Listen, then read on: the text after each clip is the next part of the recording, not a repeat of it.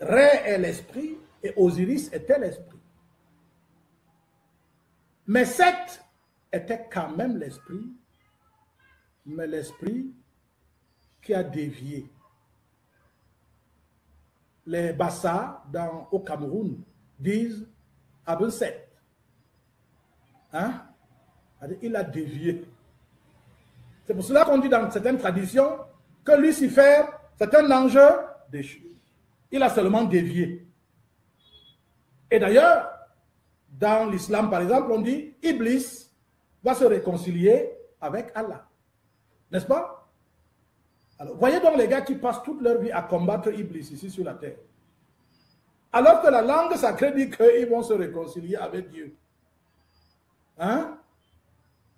Dans vos églises, on chasse Lucifer, on combat. Au nom de Jésus, sort. Au nom machin et tout. On fait le combat contre Lucifer. Alors que c'est prévu, Lucifer est venu d'où? On l'appelle d'ailleurs dans la Bible, dans la langue sacrée, l'étoile du matin. Oui. L'étoile. Et cette étoile est tombée d'où? Du ciel. Donc du monde de l'esprit.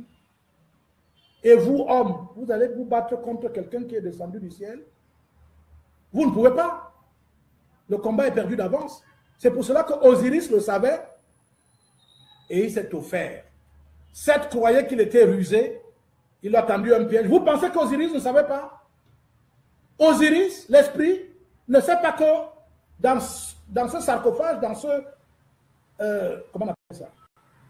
Dans ce cercueil que Seth avait préparé, il ne savait pas que c'est pour lui qu'on a apprêté ça. La preuve, on vous dit clairement que Seth avait pris secrètement les mesures d'Osiris. Vous pensez que... vous gobez ça? Que c'était des hommes, c'est des affaires des hommes qu'on parle comme ça.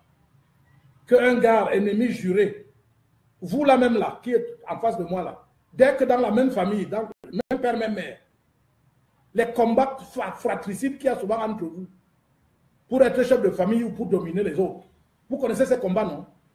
Et vous pensez que le gars qui veut vous descendre peut venir vous prendre les mesures. Vous croyez en ce genre de fable-là?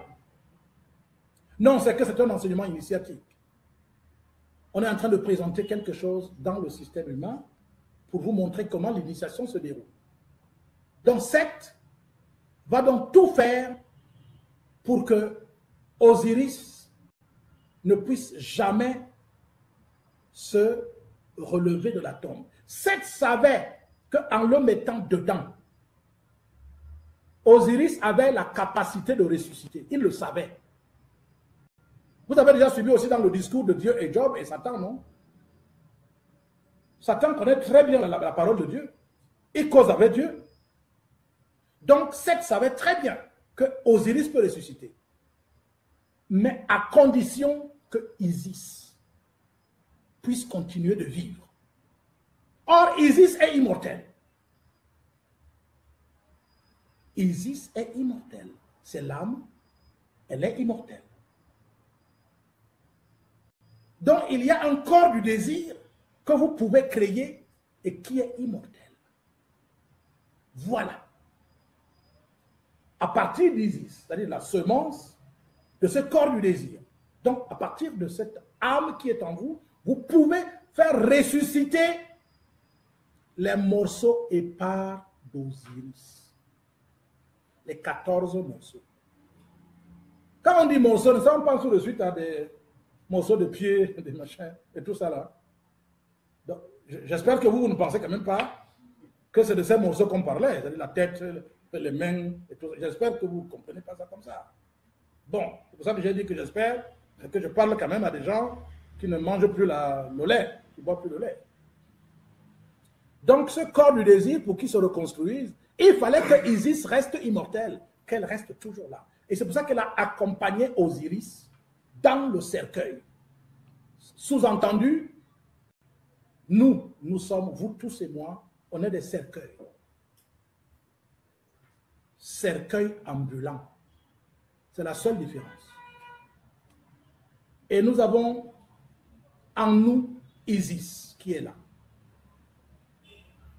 Et par l'amour divin, Osiris, l'esprit, doit descendre dans le centre de notre être pour venir se sacrifier afin que, par l'alchimie entre Osiris et Isis, dont l'esprit et l'âme, que maintenant Horus puisse apparaître. C'est-à-dire la nouvelle personnalité qui va donc avoir un nouveau corps physique, un nouveau corps éthérique, un nouveau corps astral et un nouveau corps mental. Qu'est-ce qui rend ça possible? C'est la triade qui est à l'intérieur de l'homme. Il y a une triade. Cette triade, c'est elle qu'on appelle esprit humain, esprit vital, esprit divin. Ça, c'est dans d'autres appellations.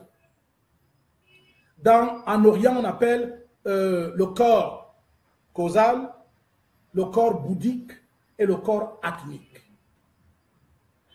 Les trois là sont sous forme de germe. Toujours, hein? N'oubliez jamais ça.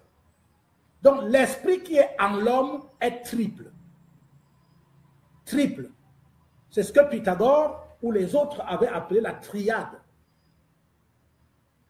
C'est à partir de cette triade qu'il est possible donc de faire renaître et ressusciter et reconstruire l'homme qui était à l'origine avant de se retrouver dans ce monde où nous sommes actuellement.